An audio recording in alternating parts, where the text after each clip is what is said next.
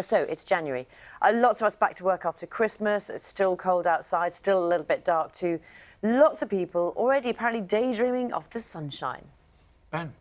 Yeah, it's Sunshine Saturday. I don't name these things, but tomorrow apparently one of the busiest days of the year for booking our holidays. And the idea being that we're all a bit fed up with the cold and the wet and the wind, so we book a holiday to have something to look forward to. So travel agents expecting tomorrow to be one of the busiest days of the year. One is with us to answer some questions, Jen Atkinson, who's chairman of the luxury travel business at the Inspiring Travel Company. Jen, good morning. Hi. We've had loads of questions from viewers about sort of where might be good to go, some things that they might want to keep an eye on. So I'm going to jump straight into the questions if that's all right. Claire in South Wales, she says, look, with ill health, I can only travel short haul. So where is good for some sunshine? I'm imagining Europe might be a good bet. Yeah, I mean, further afield slightly, the Canary Islands, year-round sun. A friend of mine just came back, actually, had beautiful weather, Boxing Day, 4.5-hour flight. Perfect. It's actually Tenerife is actually one of our most popular destinations, winter and summer, so it's great all year round. A lot of people are understandably worried about uncertainty with Brexit. What happens to flights, particularly to Europe, after March of next year? What are you being told? I think there's been some negative headlines in the press, which ABTA actually came out very strongly afterwards and said there is nothing to worry about. It is absolutely inconceivable that flights will not go after March. And even if there's a no-deal Brexit, there'll be a transition period and you know, the flights, everything movement will work. And of course, people can go further afield. It's not going to affect the States or any long-haul destination. So whilst it's impacting, I think, confidence in terms of logistics, there's nothing to worry about. I mean, there's guidelines in terms of having 6 months on your passport, but other than that, there's really nothing to worry about. A lot of people do shorter breaks now, don't they? Sort of European city breaks. Yes. But presumably there is big discrepancies on how much it's going to cost you when you're there. Yeah. Where is the better value place? This is a question actually from Fiona.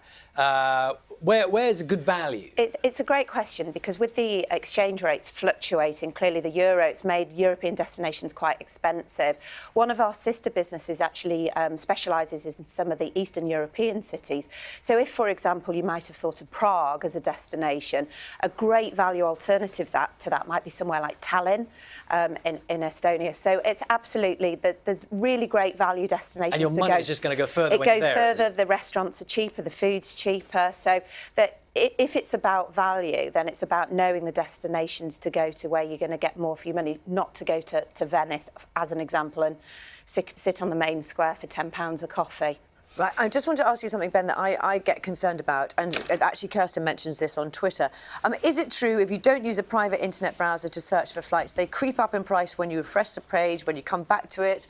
Does it... This is apparently, and we've spoken to our travel expert Simon Calder on this as well, a massive urban myth that we all think that if you keep refreshing the page or you keep going back to look at prices, that they know you really want it, so they push the price up. He says there is no evidence that that happens, and he's spoken to the technology companies that sort of do these websites and say, much as the travel firms would love that to happen, be able to do that, right? They can't do it yet. So keep an eye on it. I mean, there's nothing to stop them putting up prices when they know that it's really popular. So sometimes the prices do go up, but it's not because... It's not because you've been looking at that page a lot, hoping it would go down, and actually it goes up. So that sort of clarifies that for us. And Jen, I was interested because Tim and Sean have got in touch with the same sort of question, actually. For people travelling alone is a really interesting question as well. Sole travellers often find that they have to pay a lot more. Yeah, it can be expensive to travel on your own, and it's actually a growing market for us as a business. What we've started to do for single travels from a social perspective as much as anything else is do small group tours. So as an example, we have a small group tour to Madagascar where the price, it's priced competitively, but also you get the social aspect of somebody to have dinner with at the end of the day. So in my experience, that's mostly what people want to do as opposed to go to a resort completely on their own.